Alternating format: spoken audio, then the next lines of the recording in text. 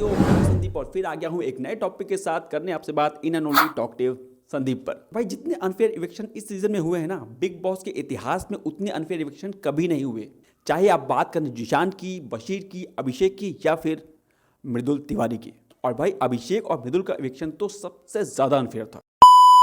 तो आज हम बात करेंगे मृदुल के इविक्शन के बारे में। क्या थी मेकर्स की चाल अभिषेक के इविक्शन के पीछे, और जिशान और बशीर को स्ट्रॉन्ग प्लेयर होने के बावजूद सबसे पहले इविक्ट क्यों किया गया। तो वीडियो में आगे बढ़ने से पहले एक छोटी सी रिक्वेस्ट, वीडियो को लाइक और सब्सक्राइब करने की। देखो भाई, मेकर्स ने पूरे शो को गेम ऑफ थ्रोन्स बना दिया है। जो भी कंटेस्टेंट आपको सबसे ज़्यादा स्ट्रॉन्ग लगते हैं, आपको लगता है कि टॉप 5 में, टॉप 3 में ये आ सकता है या फिर विनर हो सकता है, बिग बॉस वाले उसे ही सबसे पहले निकाल देते हैं।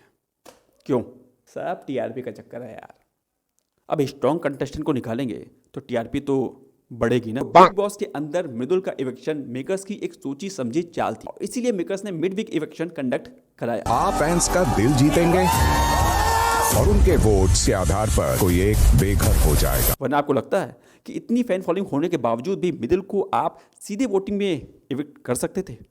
अरे वरना घंटा मृदुल को सीधे वोटिंग में ये मेकर्स इविक्ट कर ही नहीं सकते। ऐसा हो ही नहीं सकता कि मुझे वोट से कोई इनमें से हरा दे।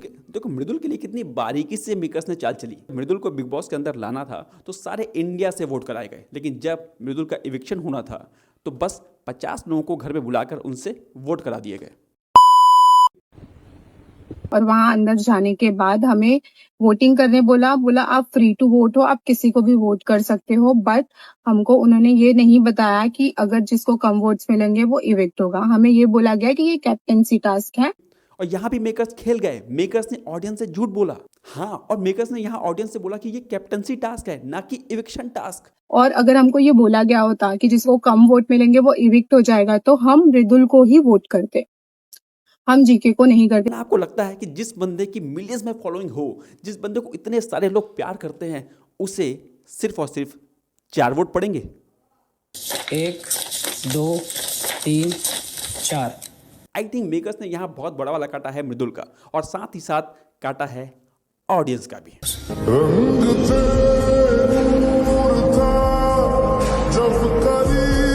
अब बात करते हैं हमारे डैशिंग डूड अभिषेक बजाज की। मैं रिश्ते दिल से बनाता हूँ, दिमाग से नहीं बनाता। देखो अभिषेक का इविक्शन भी कोई नॉर्मल इविक्शन नहीं था। अभिषेक की हमेशा से ही 1-on-1 फाइट रही है अमाल के साथ, और अमाल को सपोर्ट मिला है सलमान खान का, लेकिन ऑडियंस ने हमेशा सपोर्ट किया है अभिषेक बजाज को। और ये बात मेकर्स जानते थे कि अभिषेक बजाज अगर शो में टिक गया तो उसे आउट करना मुश्किल हो जाएगा, और वो टॉप 5 में, टॉप 3 में भी जा सकता है, जो कि मेकर्स नहीं चाहते थे। और इसीलिए मेकर्स ने चली चाल। सबसे पहले मेकर्स ने अभिषेक का गेम खराब किया, उसकी एक्स वाइफ का नाम लेकर। गर्लफ्रेंड्स भी होती हैं, वाइफ्स भी होती हैं, एक्स वाइफ्स भी होती हैं। इसके बाद मल्टीपल टाइम उसे इविक्शन में डाला गया बिग बॉस की तरफ से सीधे ही, और बड़ी ही चालाकी के साथ मेकर्स अभिषेक को बॉटम 3 में ले आए, और यहाँ पावर दे दी प्रणीत को कि प्रणीत अश्नूर और अभिषेक में से किसी एक को सेव कर सकता है।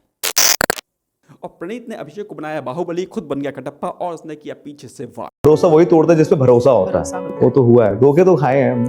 देखो अब ये प्रणीत का गेम था या प्रणीत की गलती, ये तो मुझे नहीं पता, ये आप लोग बेटर जानते हैं। लेकिन हाँ, प्रणीत की वजह से एक स्ट्रॉन्ग कंटेस्टेंट शो से बाहर हो गया। यार अभिषेक ने हमेशा शो में अपना 100% दिया था, उसे ऐसे बाहर तो नहीं जाना चाहिए।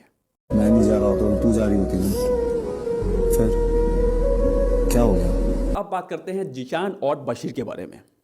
देखो ये बात तो हम जानते हैं कि अमाल की टीम में एक से एक धुरंधर है। सबसे पहले हमारी नीलम, जिसका शो में सिर्फ एक ही काम था, तो सीधा जाके लेफ्ट ले और चाय बना और सबको पिला। सीधा जाके लेफ्ट ले, चाय बना और सबको पिला। इसके बाद हमारी तान्या मित्तल जी, जिसकी सच्चाई के चर्चे हम सभी ने अपने कानों से सुने हुए। तो मेरा स्टैंडर्ड इतना हाई है कि अंबानी खुद रोज मेरे घर आकर हाथ जोड़ के बोलते हैं, तान्या जी आज आशीर्वाद दे दो। और जो मुझे जी कहकर नहीं बुलाता ना, मैं तो उसे इंसान ही नहीं समझती। और फिर आते हैं बिग बॉस के कॉमेडी के किंग शहबाज पर।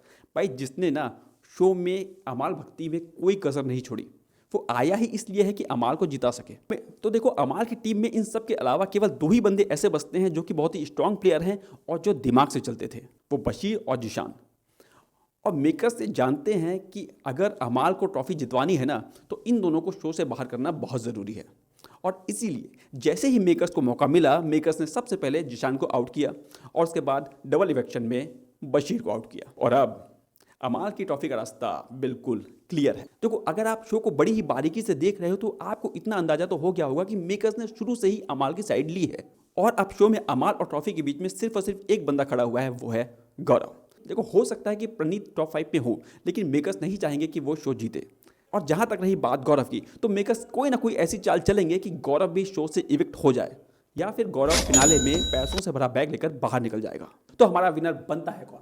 अमाल मलिक। तो भाइयों, ये था बिग बॉस में अनफेयर इविक्शंस का सिलसिला। तो आप मुझे कमेंट सेक्शन में ये बताएं कि कौन सा इविक्शन आपको सबसे ज़्यादा अनफेयर लगा। और हाँ, जाने से पहले वीडियो को लाइक, सब्सक्राइब और शेयर करना मत भूलिएगा।